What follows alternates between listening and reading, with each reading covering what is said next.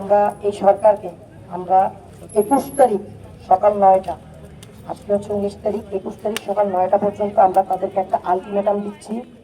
ভাইয়ের লাশটা বর্তমানে হিমাগারে রাখা হয়েছে। আমরা জানি কালকে সকালে না, কালকে হচ্ছে জোহরবাগ 2টায় মানিক মিয়া এভিনিউতে তার জাতীয় সংসদ ভবনের যে দক্ষিণ প্লাজা, যেটাকে আমরা চিনি, সেইখানে তার জানাজার নামাজ অনুষ্ঠিত হবে এবং জানাজার নামাজের পরে তার মরদেহ নিয়ে ঢাকা বিশ্ববিদ্যালয় কেন্দ্রিক একটি পদযাত্রা করা হবে।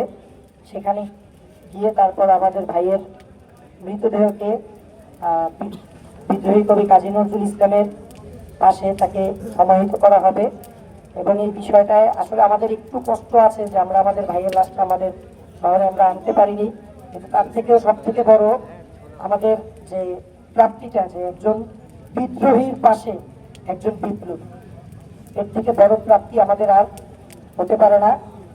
আমরা এখন আমাদের আজকে যে কর্মসূচি, আমরা কিছুক্ষণ পর আমরা এটা এখানে শেষ করব, কারণ আমরা জনদুর্ভোগ চাচ্ছি না, আমরা জনদুর্ভোগ করতেও চাই না। আমি বাস মালিকদের দৃষ্টি আকর্ষণ করবো যে আপনারা একটু গাড়িগুলা ছাইলেন না, গাড়িগুলো কিছুদিন একটু বন্ধ রাখেন। হাদি শুধু মানে আমাদের যে ছেলে তা না, হাদি কিন্তু আপনাদেরও ছিল। এবং আর একটা বিষয়, আমরা এই প্রেস ব্রিফিং এই কলেজ মোড়ের যে নাম আমরা পরিবর্তন করেছি, এই কলেজ মোড়ের আজকে থেকে এই কলেজ মোড়ের নাম, এবং এটা অলরেডি গুগল ম্যাপেও সেট করা হয়ে গেছে যে এই শহীদ ওসমান বিন হাদি চত্বর, শহীদ ওসমান বিন হাদি চত্বর নামে আজকে থেকে এই কলেজ মোড়ের নামকরণ করা হয়েছে। এটা অলরেডি গুগল ম্যাপেও করা হয়েছে। এখন আমরা আরেকটা জিনিস বলতে চাই, আমরা এই সরকারকে আমরা 21 তারিখ সকাল 9টা, আজকে হচ্ছে 19 তারিখ, 21 তারিখ সকাল 9টা পর্যন্ত আমরা তাদেরকে একটা আলটিমেটাম দিচ্ছি যে এর ভিতরে এই খুনি, অন্তত পক্ষে এই খুনি কোথায় আছে, তার এক্সাক্ট লোকেশন কোনটা। যদি ভারতে থাকে তাহলে আপনারা আপনাদের পররাষ্ট্র মন্ত্রণালয়ের মাধ্যমে তাকে ফেরত চাওয়ার জন্য আবেদন করতে পারেন। ইন্টারপোল আছে, ইন্টারপোলের মাধ্যমে করতে পারেন।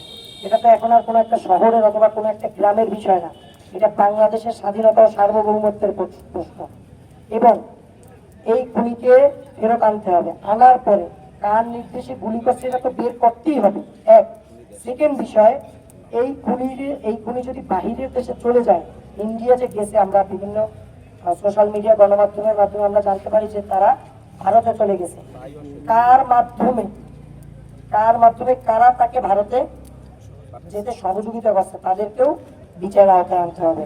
এর জন্য আমরা মানে 21 তারিখ এবং হ্যাঁ সবাইকে যারা জামিন করাইছে তাদেরকেও জবাবদিহিতা করতে হবে, ঠিক আছে। আর আমরা 21 তারিখ সকাল 9টা পর্যন্ত আলটিমেটাম দিচ্ছি। 21 তারিখ সকাল 9টার ভিতরে যদি এই আসামিদের ধরার কোনো ব্যবস্থা গ্রহণ করা না হয়, কোনো দৃশ্যমান কোনো অগ্রগতি আমরা না দেখি, তাহলে এর যে পরবর্তী কর্মসূচি আরো খুব ভয়ানক হবে ইনশাআল্লাহ।